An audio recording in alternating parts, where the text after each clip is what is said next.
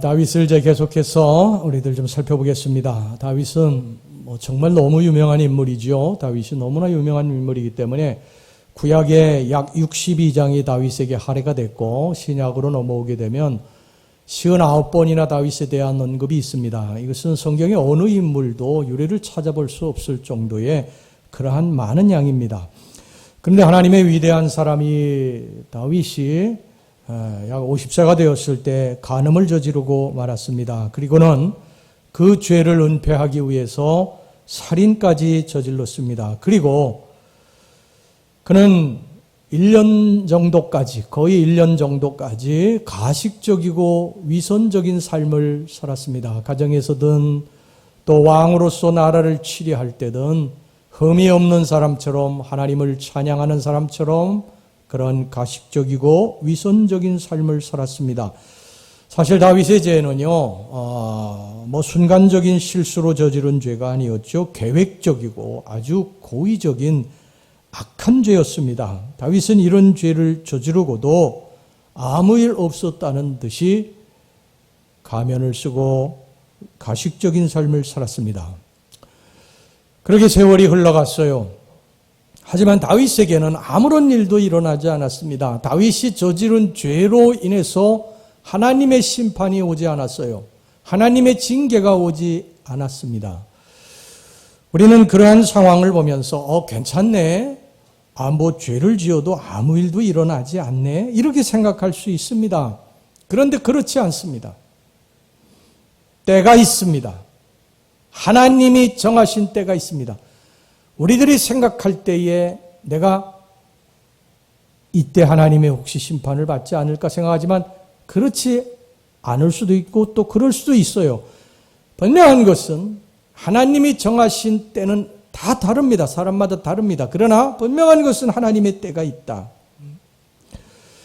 하나님의 정하신 때가 되니까 다윗의 집에 상상할 수도 없는 일이 이제 계속해서 일어나기 시작을 합니다. 그 전까지는 1년 동안 아무런 일도 일어나지 않았어요. 다윗이 저지른 죄가 완전 범죄였고 하나님도 그것에 대해서 마치 속고 있는 것처럼 아무 일도 일어나지 않았습니다. 그런데 1년 후에 드디어 이제 하나님의 심판이 시작이 됩니다. 여러분, 우리는 보통 죄를 짓고 나의 삶에 아무 일도 일어나지 않는다고 생각을 하는데 아닙니다. 하나님은 매달 아니면 매년 우리의 죄에 대해서 결산하시는 것은 아니에요. 그러나 분명한 것은 하나님이 어떤 때를 정하시고 그 때가 되면 우리가 상상하기 어려운 일들을 하나님이 일으키십니다. 우리의 삶에 그것을 일으키십니다. 어떤 사람이 말을 했어요. 하나님의 맷돌은요, 천천히 돌아간답니다. 하나님의 심판의 맷돌은 천천히 돌아가지만 아주 정교하게 세밀하게 가신다는 것입니다. 여러분, 다윗이 죄를 짓고 이제 밧세바를 데려왔죠. 우리아를 죽이고 그의 남편 우리아를 고의적으로 죽이고 그의 아내 밧세바를 데리고 왔습니다. 밧세바를 데리고 와서 정말 행복하고 즐겁고 기쁜 시간을 보냈을까요? 여러분, 성경은 그렇게 말씀하지 않습니다. 시편에 그가 기록한 시편에 보면요, 다윗이 밧세바를 데리고 와서 얼마나 굉장히 고통스러운 시간들을 보냈다고 하는 그 심령의 고통입니다. 심령의 고통. 기쁨도 사라지고 하나님에 대한 찬양도 사라지고 하나님 앞에 엎드려 기도하던 다윗이 더 이상 기도할 수가 없고 시를 지어서 하나님을 경배하고 높였던 다윗이 시를 지을 수도 없는 그러한 고통의 시간들이 계속됐어요.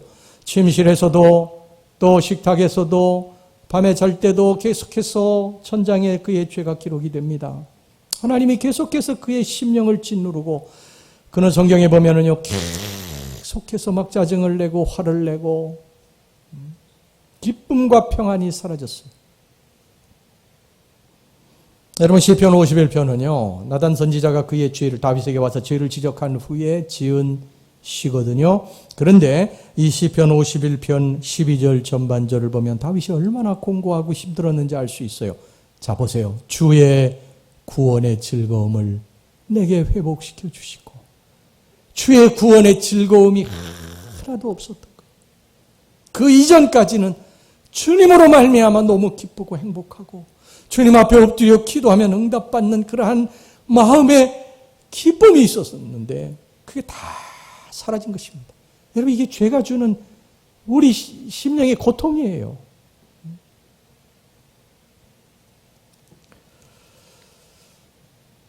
여러분, 죄라고 하는 거는요, 우리의 삶을 이렇게 만듭니다. 공허하고 무의미하고 화가 나고 기쁨이 없고 평안이 없고. 다윗이 죄를 짓고 난 후에 거의 1년 동안은요, 겉으로는 드러나지 않았지만은 그의 심령이 병들었고 괴로운 삶을 계속 살았던 거예요. 그 하나님의 심판, 진짜 직접적인 하나님의 징계가 오기 전까지 다윗에게 아무런 일도 일어나지 않은 것 같이 보였지만, 외적으로는 아무 일도 일어나지 않는 것 같이 보였지만 그의 심령이 이렇게 고통을 당하고 있었다는 것입니다. 이게 죄가 주는 결과입니다. 하나님의 심판이에요, 이게. 드디어 1년이 지난 후에 하나님께서 다윗에게 징계의 매를 대십니다. 나단 선지자를 보내셨어요. 다윗의 동역자죠. 다윗의 친구입니다. 나단 선지자를 보내셨어요. 여러분, 나단 선지자는 스스로 오지 않았습니다. 어디서 어렴풋이 다윗의 죄를 듣고 요압에게서 듣고 다윗을 지적하기 위해서 스스로 오지 않았어요. 오늘 여기 본문에 1절 전반절 말씀 보시기 바랍니다. 여호와께서 나단을 다윗에게 어떻게 했다고요? 보내시니. 하나님이 보내신 것입니다. 하나님이 나단 선지자를 보내신 거예요. 나단 선지자가 스스로 온 것이 아닙니다. 하나님이 나단 선지자에게 다윗의 죄를 알려주시고 가서 그것을 전하라고 그렇게 말씀하셨어요. 여러분, 정말 이건 무서운 사실입니다. 다윗의 죄를 지적하기 위해서 나단 선지자를 보낸 것이 다윗이 간음을 저지르고 바로 보내셨느냐? 아니죠. 또 이 바세바가 임신을 하고 그것을 은폐하기 위해서 우리아를 불러들이는 그런 교묘하고 아주 가증스러운 계획을 세웠을 때 하나님이 나단 선지자를 보내셨습니까? 아닙니다. 그리고 그것도 안 되니까 그의 남편 우리아를 최전선에 보내서 앞장서게 하고 부하들이 뒤로 물러나서 맞아 죽게 한 그 순간에 하나님이 나단 선지자를 보내셨어요? 아니에요. 다 이제 모든 것이 평안해졌다고 생각하고 내가 완전 범죄를 저질렀다고 흐뭇해하고 그의 아내 바세바를 데려와서 자기 아내로 삼고 하루하루를 지내고 있는데 세월은 흘러가는데 아무 일도 일어나지 않았어요. 이제 모든 것이 끝났다. 평온해졌다. 내가 원하는 것을 얻었다. 그럴 때에 하나님이 어느 순간에 때가 되니까 나단 선지자를 보내신 것입니다. 죄의 맷돌을 충분히 가신 거예요, 하나님께서. 여러분, 우리가 죄를 짓고 났어요. 가끔 그런 생각을 합니다. 하나님의 징계가 없네. 하나님의 징계가 없네. 그리고 우리가 방심하고 우리가 교만하고 그 죄를 다시 반복해서 짓는 경우가 있습니다. 이건 착각입니다. 착각입니다. 하나님의 징계는요, 뒤늦게 나타나는 경우가 허다합니다. 허다합니다. 우리가 다 잊어버리고 평안하다 할 그때에 알지 못하는 하나님의 징계가 우리들에게 온다는 것입니다. 왜 그러실까? 하나님이 왜 그러실까? 그건 잘 모릅니다. 그건 하나님이 정하시는 때이기 때문에 우리가 뭐라고 할 수가 없어요. 다만 이제 우리가 추론할 수 있는 것은 이렇게 추론해 볼 수가 있습니다. 여러분, 우리가 이제 농사를 짓지 않습니까? 그러면 이제 이렇게 씨를 뿌리잖아요. 근데 그 씨를 뿌리고 어떤 농부든지 여기서 금방 열매를 거둘 것이라고 생각하는 농부는 한 사람도 없습니다. 씨를 뿌리고 어느 순간이 되면 거기서 이제 잎이 나고 줄기가 이제 자라면서 거기에 꽃이 피고 열매가 맺힌다는 것을 알고 있죠. 시간이 지나야 된다는 거예요. 여러분, 우리들이 삶 속에서 뿌리는 악한 씨도 선한 씨도 마찬가지입니다. 지금 내가 선한 일을 했다고 선한 씨를 뿌렸다고 해서 금방 내가 복을 받고 내 자손들이 복을 받는 게 아니에요. 시간이 걸립니다. 그것이 자라고 그것이 열매가 맺는 것이 시간이 걸립니다. 악의 씨도 똑같아요. 악의 씨도 보면 악을 심었다고 금방 어떤 하나님의 징계가 있고, 물론 그런 경우도 있습니다. 그러나 많은 경우에는요, 우리들이 잊혀질만 할 때, 우리가 잊을만 할 때, 그때 하나님의 징계가 임하는, 하나님의 심판이 임하는 경우가 많아요. 그런데 여러분, 이것도 100% 맞는 거 아닙니다. 어떤 때는 금방 악에 대한 징계가 있고 금방 또 선에 대한 축복도 있지만요. 어떤 때는 안 오기도 해요. 그리고 하나님이 어떤 법칙이 없으신 것 같이 보이기도 해요. 근데 여러분 그것은 하나님의 선택권이고 하나님의 절대적인 선택권이고 하나님이 행하신 일이기 때문에 우리는 뭐라고 반론할 수는 없어요. 다만 우리들이 기억해야 될 것은 우리가 죄를 지으면 하나님이 싫어하신다. 하나님이 미워하신다. 이것만 아시고 그 죄의 길로 가지 말아야 됩니다. 할렐루야. 나단 선지자가 다윗에게 찾아와가지고요, 예화 하나를 말해줬습니다. 어떤 사람이 둘이 있는데 한 사람 가난하고 한 사람 부자예요. 그 가난한 사람은 암양새끼 한 마리밖에 없어요. 그래서 그것을 자식처럼 애지중지하고 방에서 그렇게 길렀어요. 근데 부자가 짐승도 많은데 그냥 암양, 수양, 소, 숫소, 암소 엄청나게 짐승이 많은데 하필 그 가난한 사람의 자식같이 여기는 암양 새끼를 빼앗아다가 손님이 왔다 거기에 잔치를 죽여서 잔치를 열어준 거예요. 다윗이 그 소리를 듣고 막 격앙을 하면서 화를 내면서 이렇게 이야기합니다. 오늘 본문의 사무엘하 12장 5절 6절 말씀 보시기 바랍니다. 다윗이 그 사람으로 말미암아 노하여 다단에게 이르되 여호와의 살아계심을 두고 맹세하노니 이 일을 행한 그 사람은 마땅히 죽을 자라. 이게 누구 이야기하는지도 모르고 다윗이 이렇게 얘기한 거예요. 그가 불쌍히 여기지 아니하고 이런 일을 행하였으니 그 양새끼를 4배나 갚아주어야 하리라 한지라. 나단이 그때를 놓치지 않고 이렇게 말합니다. 당신이 그 사람이다. 너는 왕으로서 참 많은 것을 가지고 많은 처첩과 아내를 거느리고 있고 또 그런 아내들을 더 둘 수도 있는 사람인데 어찌하여 우리아의 너희 충성스러운 부하 하나밖에 없는 아내를 빼앗아서 그 남편을 죽이고 내가 아내로 취할 수가 있느냐. 내가 바로 그 사람이다. 다윗이 아마 기겁을 했을 것입니다. 털썩 주저앉았을지도 모르겠어요. 나단 선지자가 그 다윗에게 이제 정말 가슴 아픈 이야기를 던집니다. 이건 하나님의 말씀이죠. 하나님이 다윗에게 던지는 심판의 메시지입니다. 본문에 사무엘하 12장 7절에서 11절까지 보시기 바랍니다. 나단이 다윗에게 이르되 당신이 그 사람이라. 이스라엘의 하나님 여호와께서 이와 같이 이르시기를 내가 너를 이스라엘 왕으로 기름 붓기 위하여 너를 사울의 손에서 구원하고 내 주인의 집을 내게 주고 내 주인의 아내들을 내 품에 두고 이스라엘과 유다 족속을 내게 맡겼느니라. 만일 그것이 부족하였을 것 같으면 내가 내게 이것저것을 더 주었으리라. 그러한데 어찌하여 내가 여호와의 말씀을 업신여기고 나보기에 악을 행하였느냐. 내가 칼로 햇사람 우리아를 치되 암몬 자손의 칼로 죽이고 그의 아내를 빼앗아 내 아내로 삼았도다. 이제 네가 나를 업신여기고 햇사람 우리아의 아내를 빼앗아 내 아내로 삼았은즉 칼이 내 집에서 영원토록 떠나지 아니하리라 하셨고 여호와께서 또 이와 같이 이르시기를 보라 내가 너와 내 집에 재앙을 일으키고 내가 내 눈앞에서 내 아내를 빼앗아 내 이웃들에게 주리니 그 사람들이 내 아내들과 더불어 백주에 동침하리라. 여러분 다윗은 자기가 저지른 죄에 대해서 완전 범죄라고 생각했어요. 완전 범죄. 그 완전 범죄를 꿈꾸고 계속 계략을 꾸민 것이지요.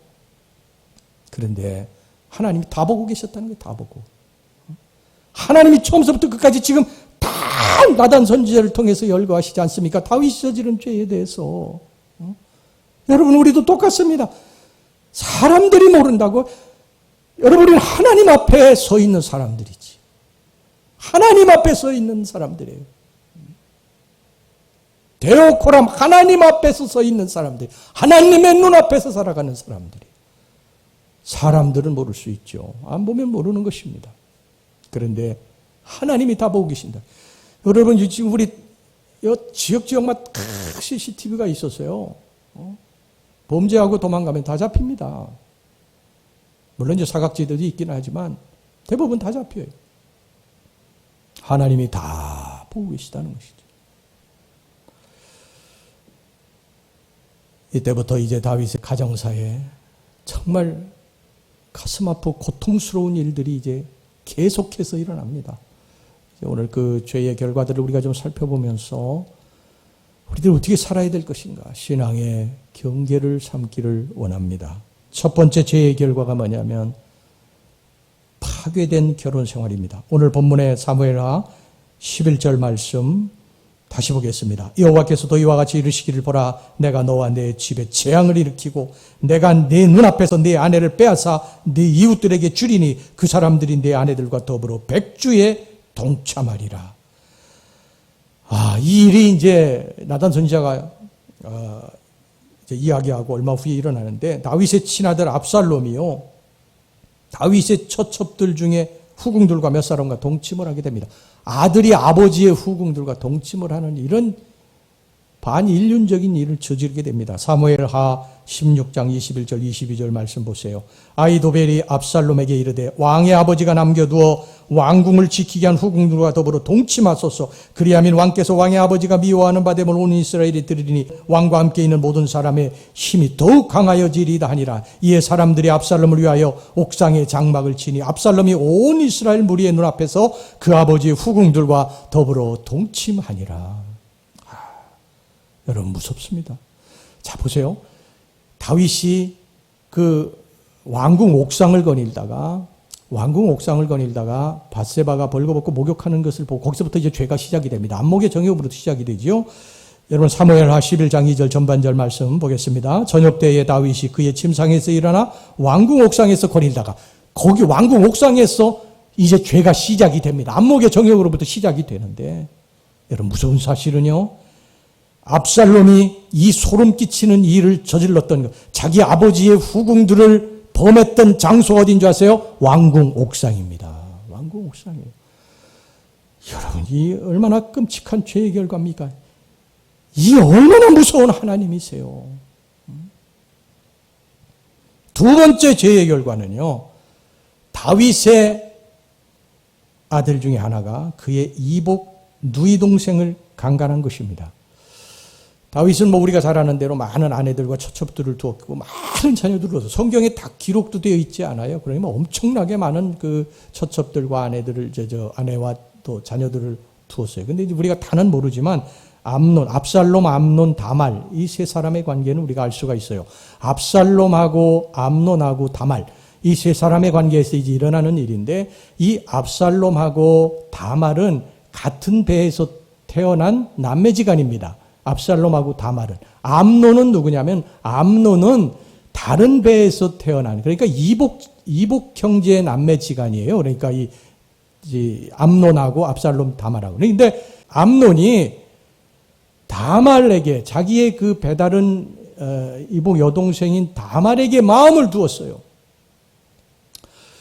그래서 이제 친구의 도움을 받아서 다말을 자기에게로 오는 시나리오를 이제 만들어가지고 아파서 들어놓은 척 하고서 동생이 와서 이제 간호하는 사이에 다말을 강간을 하게 됩니다. 그 내용이 사무엘하 13장 11절 15절까지 나옵니다. 그에게 먹이려고 가까이 가지고 갈 때에 암논이 그를 붙잡고 그에게 이르되 나의 누이야 와서 나와 동침하지 않은지라. 그가 그에게 대답하되 아니라 내 오라버니여 나를 욕되게 하지 말라. 이런 일은 이스라엘에서 마땅히 행하지 못할 것이니 이 어리석은 일을 행하지 말라. 내가 이 수를 지니고 어디로 가겠느냐.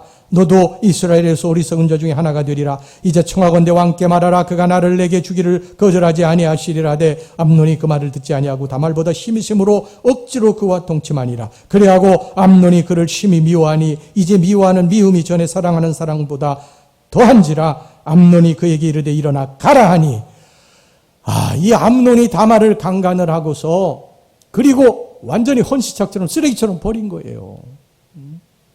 그 당시에는 이제 친족 간에 이렇게 이제 그 결혼도 하고 그랬습니다. 그런데 완전히 쓰레기처럼 버렸어. 하루에 그냥 하룻밤의 즐거움으로 그냥 하고서 버려버렸어요. 여러분, 이것이 다윗이 저지른 죄에 대한 결과입니다. 그 다음에 세 번째가 뭐냐면, 형제가 형제를 죽이는 일이 이제 발생하게 됩니다. 다말은 참혹한 그러한 이 마음을 가지고 정말 오빠에게 찾아와가지고요, 그 사실을 차추지용을 다 이야기를 합니다. 압살롬이 그것을 듣고서 복수의 칼을 이제 갈기 시작을 한 거죠.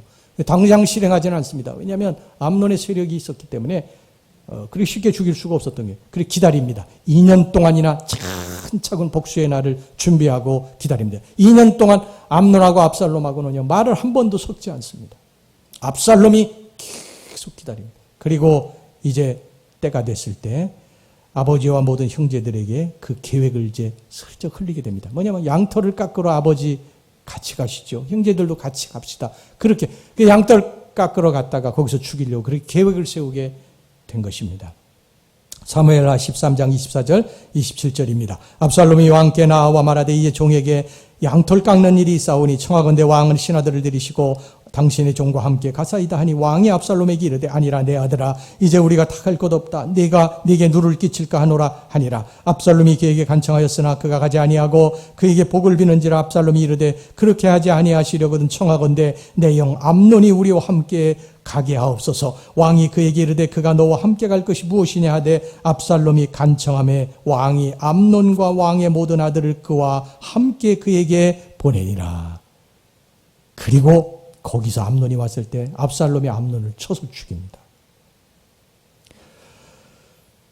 사무엘하 13장 28절 29절 보시기 바랍니다. 압살롬이 이미 그의 종들에게 명령하여 이르기를 너희는 이제 암논의 마음이 술로 즐거워할 때를 자세히 보다가 내가 너희에게 암논을 치라 하거든 그를 죽이라. 두려워하지 말라. 내가 너희에게 명령한 것이 아니냐. 너희는 담대히 용기를 내라 한지라. 압살롬의 종들이 압살롬의 명령대로 암논에게 행하며 왕의 모든 아들들이 일어나 각기 노새를 타고 도망하니라. 암논은 거기서 죽습니다. 압살롬에게 죽습니다.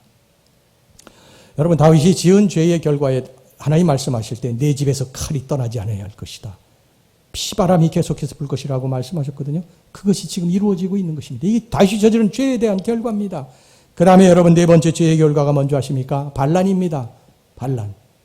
압살롬은 그의 형 암논을 죽이고서요, 아버지에게 이제 이 징계를 당할까봐 외할아버지 계신 곳으로 갑니다. 외할아버지가 누구냐면 구술 왕이에요. 구술 땅의 왕입니다. 왕. 이 압살롬의 외할아버지가. 그리로 다 도망을 하게 되죠. 그리고 거기서 이런 생각을 품게 됩니다. 내가 아버지에게 이제 정상적으로 돌아갈 수 없으니까 아버지를 죽이고 내가 왕이 되어야 되겠다. 이런 생각을 품게 돼요. 반역의 마음을 품게 됩니다. 그리고 차근차근 준비를 하고 세월이 흐른 후에 이제 예루살렘 성으로 돌아가는데 예루살렘 성에서 성 입구에서요, 사람들이 이제 다윗이 왕이기 때문에 다윗에게 어떤 하소연을 하러 이제 찾아오는 사람들이 많거든요. 그러면 그 압살롬이 그 성 입구에서 그 하소연하려고 하는 사람들을 붙잡고 그들을 위로하고 등을 두덕여주고 그럼 지혜를 주고 그러면서 아버지 다윗에 대한 욕을 그 사람들이 계속해서 한 거예요. 그러니까 백성들의 환심은 이 압살롬에게 계속하게 다윗을 미워하게 된 것입니다. 백성들의 이제 환심을 사게 된 압살롬이 드디어 군대를 동원해서 아버지를 죽이고 왕이 되겠다고 예루살렘궁으로 쳐들어옵니다. 다윗은요, 창절관에 이런 일이 일어났기 때문에 준비도 못하고 신발도 제대로 신지 못하고 맨발로 도망을 치면서 막 성경에 보면 통곡을 하고 옵니다.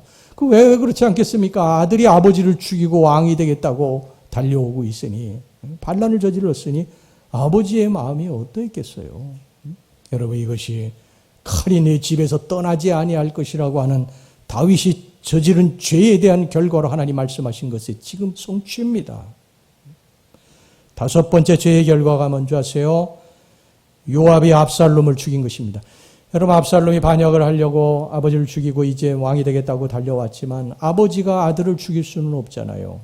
그런데 이 다윗이요, 이렇게 이야기합니다. 부하들에게 내 아들 요압의 목숨만은 너희들이 취해서는 안 된다. 그렇게 명령을 내리게 됩니다. 특별히 요압에게 그런 부탁을 했어요. 그런데 요압이 다윗의 말을 듣지 않아요. 제가 요압에 대해서 지난주에 설명을 드렸죠. 요압이라고 하는 사람은 다윗의 그 이복 동생인 여동생 수루야의 아들이에요.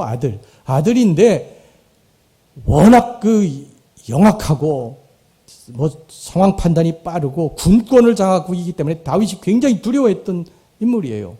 다윗이 외삼촌이지요. 외삼촌. 그런데 이 요압이 다윗의 말을 듣지 않아요. 왜 그런지 아세요? 제가 지난주 말씀드렸잖아요. 다윗의 약점을 지금 쥐고 있기 때문입니다. 우리아를 교묘하게 죽인 약점 요한만이 알고 있는 거예요. 그래서 다윗의 말을 듣지 않고 압살롬을 죽여버립니다. 다윗이요 통곡하고 울어요. 아들이 죽었을 때 막 통곡을 하고 웁니다.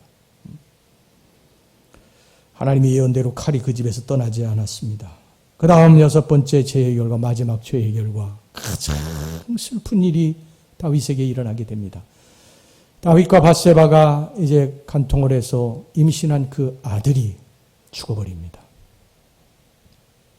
사무엘하 12장 15절 18절까지 보시기 바랍니다. 나단이 자기 집으로 돌아가니라. 우리아의 아내가 다윗에게 낳은 아이를 여호와께서 지심에 심히 알는지라. 다윗이 그 아이를 위하여 하나님께 간구하되 다윗이 금식하고 그 안에 들어가서 밤새도록 땅에 엎드렸으니 그 집에 늙은 자들이 그 곁에 서서 다윗을 땅에서 일으키려 하되 왕이 듣지 아니하고 그들과 더불어 먹지도 아니하더라. 이래 만에 그 아이가 죽으니라. 그러나 다윗의 신하들이 아이가 죽은 것을 왕에게 아뢰기를 두려워하니 이는 그들이 말하기를 아이가 살았을 때에 우리가 그에게 말하여도 왕이 그 말을 듣지 아니하셨나니 어떻게 그 아이가 죽은 것을 그에게 아뢰일 수 있으랴. 왕이 상심하리로다 함이라. 여러분, 자식이 죽는 것보다, 부모보다 먼저 죽는 것보다 더 슬픈 세상에 고통이 어디 있어요?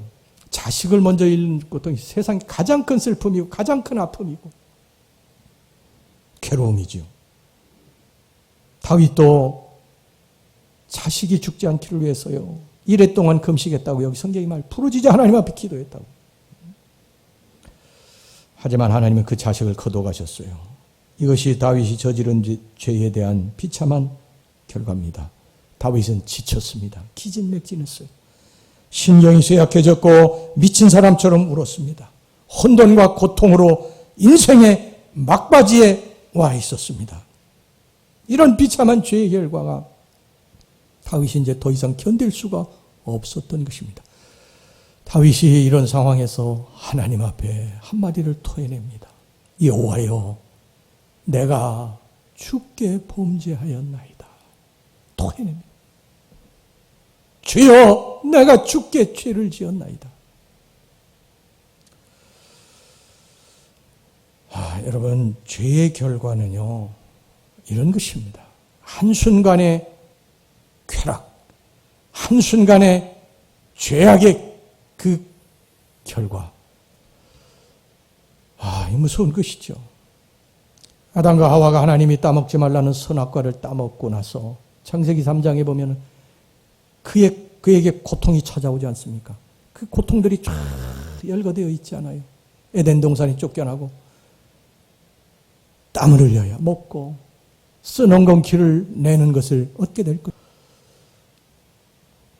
사랑하는 성도 여러분, 시대가 변해도 유행과 생활 양식은 바뀌어도 하나님이 세우신 기준들은 절대로 변하지 않습니다.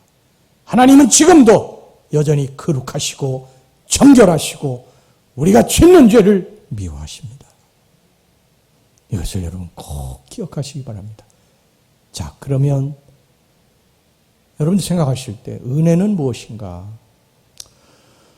오늘 우리 최은희 지휘자님이 주의 은혜라는 찬양을 불렀는데, 그러면 은혜는 무엇인가? 왜 우리가 은혜의 찬양을 부르면서 그렇게 눈물을 흘리는 것일까?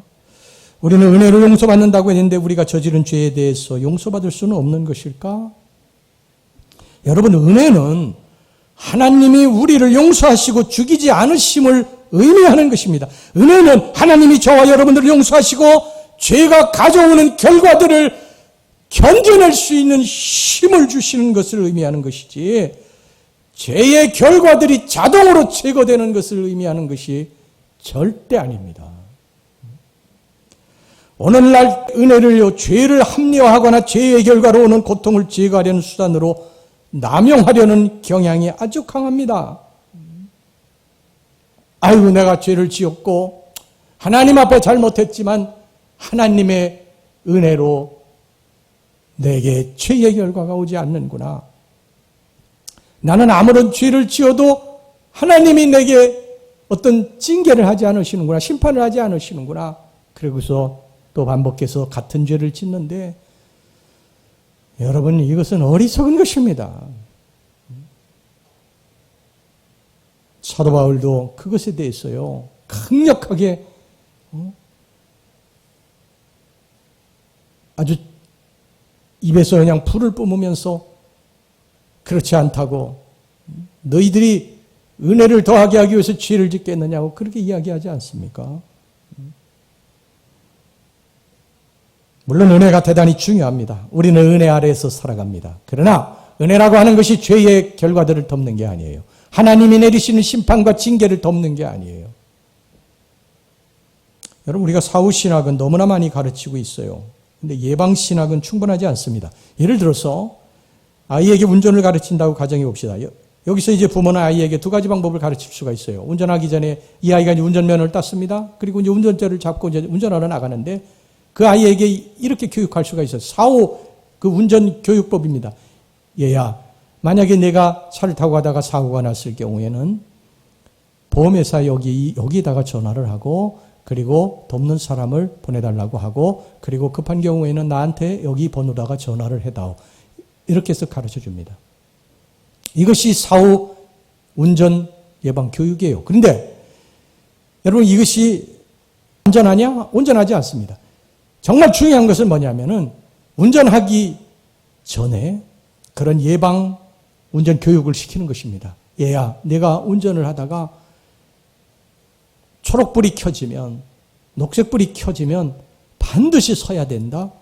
황색불이 켜졌을 때 그냥 지나가면 안 된다. 그리고 녹색불이 켜졌다고 해서 그냥 휙 지나가지 말고 주변을 횡단보도에서는 살펴야 된다. 그리고 내가 오른쪽으로다가 우회전을 할 때에는 이제 오른쪽 그 깜빡이를 켜고 오른쪽 우회전할 때는 횡단보도를 지나갈 때는 반드시 사람을 살펴보고 좌우를 살펴보고 그걸 지나가야 된다. 그렇게 교육을 시켜요. 예방 교육을 시키는 것입니다. 여러분, 어떤 것이 더 훌륭합니까?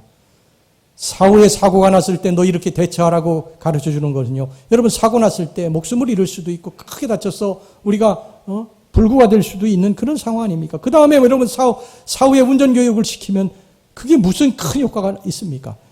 사고가 나기 전에 그걸 가르쳐 주는 것이죠. 가르쳐 주는 것입니다. 여러분, 우리는 대부분 로마서 6장을 배우기 전에 요한일서 1장 9절을 먼저 배웁니다. 요한일서 1장 9절 말씀 보시기 바랍니다. 이걸 먼저 배워요. 만일 우리가 우리 죄를 자백하면 그는 미쁘시고 이로우사 우리 죄를 사하시며 우리를 모든 불의에서 깨끗하게 하실 것이요. 여러분, 그래서 우리가 죄를 짓고 나가지고 하나님 제가 잘못했습니다. 하나님 용서해 주세요. 그러면 다 끝난 것으로 생각합니다.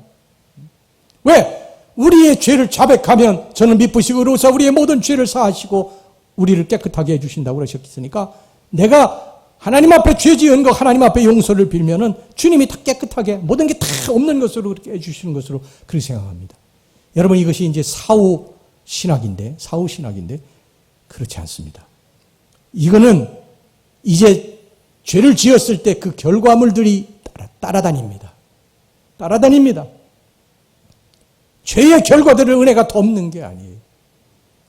로마서 6장에 이게 훨씬 더 중요합니다. 12절 13절입니다. 이게 최선의 답입니다. 다 같이 한번 우리 큰 목소리로 읽어보겠습니다. 시작. 그러므로 너희는 죄가 너희 죽을 몸을 지배하지 못하게 하여 몸의 사욕에 순종하지 말고 또한 너희 지체를 불의의 무기로 죄에게 내주지 말고 오직 너희 자신을 죽은 자 가운데서 다시 살아난 자같이 하나님께 드리며 너희 지체를 의의 무기로 하나님께 드리라. 할렐루야. 이게 무슨 뜻입니까? 범죄한 후의 은혜보다는 먼저 죄를 짓지 않는 것이 최선이라는 것입니다. 그 이유는 비참하고 슬픈 죄의 결과 때문입니다. 은혜로 다 덮을 수 있는 것이 아닙니다. 은혜는 죄의 결과들을 제거해 주지 못해요. 자, 오늘 본문의 말씀을 이제 보겠습니다. 왜 제가 이런 말씀하는지. 다윗은 나단 선지자로부터 죄를 지적받았어요. 그리고 자기 죄를 깨닫습니다. 거기 털썩 주저앉아서 주여 여호와여 내가 주께 범죄하였나이다. 그러면서 시편 51편에 참회의 시를 하나님 앞에 올려드립니다. 정말 막 눈물을 펑펑펑펑 쏟고 3일 주야를 베개를 탁 적시면서 하나님 앞에 잘못됐다고 회개합니다. 시편 51편을 보면 그래요. 그러니까 나단 선지자가 이렇게 말을 합니다. 오늘 본문의 사무엘하 12장 13절 말씀 보시기 바랍니다. 우리 다 같이 한번 읽어보겠습니다. 다윗이 나단에게 이르되 내가 여호와께 죄를 범하였노라 하매 나단이 다윗에게 말하되 여호와께서도 당신의 죄를 사하셨나이다. 당신이 죽지 아니하려니와. 여호와께서 그의 죄를 사해 주셨다고 그러셨어요. 너 죽지 않을 것이라고 말씀해 주셨어요. 그런데 그 다음 절에 나단 선지자가 분명히 이렇게 주님이 용서하셨다고 사하셨다고 말씀하셨잖아요. 근데 그 다음 절에 이렇게 이야기합니다. 14절 말씀 보세요. 다 같이 한번 읽어보겠습니다. 이 무서운 말씀입니다. 시작. 이 일로 말미암아 여호와의 원수가 크게 비방할 거리를 얻게 하였으니 당신이 낳은 아이가 반드시 죽으리이다. 여호와께서 그의 죄를 사하셨다고 말씀하셨지만 죄의 결과가 남아 있었던 것입니다. 여러분, 죄를 사하면 은혜가 다 덮어버리고 우리 죄의 결과를 다 덮어버리면 그렇게 이런 결과가 나타나지 말아야 되는데 주님이 죄를 사하시긴 하셨지만 죄의 결과들은 내가 이제 어쩔 수 없이 그 열매들을 따게 될 것이라고 하는 말씀이에요. 여러분, 그럼 죄 지은 사람에게 모든 이런 죄 지은 열매들이 나타날까? 똑같이 죄의 열매들이 나타날까요? 어떻게 생각하십니까? 아닙니다. 그것도 아닙니다. 똑같은 사람에게 죄의 결과들이 나타나는 게 아니에요. 어떤 사람에게는 나타나고 어떤 사람에게는 죄의 열매가 안 나타납니다. 그 왜 그러냐? 그것도 모릅니다. 제가 몰라요. 그건 하나님이 하시는 일이기 때문에 모릅니다. 왜 어떤 사람에게는 더 심하게 죄의 열매들이 나타나고 어떤 사람에게는 나타나지 않고 어떤 사람에게 덜 나타나고 또 어떤 사람에게 더 심하게 나타나고 그러는지 모르겠습니다. 그것은 그분의 절대 주권입니다. 그러나 분명한 것은 내게 죄의 열매들이 나타나지는 않아. 내가 죄를 지었는데 다른 사람은 막 죄에 대해서 심판을 받고 열매들을 따면서 괴로워하는데 나는 나타나지 않았습니다. 그렇다고 또다시 죄를 지었을 때 똑같은 결과가 나에게 나타나지 않을 것이라고 하는 결과가 나타난다고 하는 보장이 없습니다. 하나님의 심판의 맷돌이 어떻게 돌아가고 있는지 우리가 모르기 때문입니다. 그러므로 우리는 어떻게 해야 됩니까? 이제 결론을 맺습니다. 하나님이 미워하시는 죄를 지어서는 안 됩니다. 이게 결론입니다. 하나님이 미워하시는 죄를 짓게 되면 정말 슬프고 가슴 아픈 죄의 결과들을 우리가 끌어안고 살게 될 수 있다는 것입니다. 로마서 6장 12절 13절 말씀 이제 다시 읽고 설교 마치겠습니다.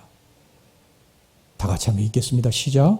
그러므로 너희는 죄가 너희 죽을 몸을 지배하지 못하게 하여 몸의 사욕에 순종하지 말고 또한 너희 지체를 불의의 무기로 죄에게 내주지 말고 오직 너희 자신을 죽은 자 가운데서 다시 살아난 자 같이 하나님께 드리며 너희 지체를 의의 무기로 하나님께 드리라. 죄의 결과는 무섭습니다. 그러니까 다윗이 겪은 이 슬프고 가슴 아픈 죄의 결과들을 바라보면서 하나님이 미워하시는 죄를 짓지 말아야 되겠다. 우리가 이 오늘 신앙의 이게 경계로 삼고 이전의 삶은 어쩔 수 없어요. 그것이 열매를 맺히던 하나님이 열매를 맺히지 않게 하시는 건 상관없어요. 이후의 삶에 우리가 어떤 삶을 살아가느냐 이거 중요합니다. 슬프고 가슴 아픈 죄의 열매들 맺지 말고 하나님 기뻐하시는 열매를 맺으며 하나님 찬양하고 하나님 앞에 기도하면서 우리 믿음으로 승리하며 나아갈 수 있기를 주의 이름으로 축원합니다. 우리 기도하겠습니다.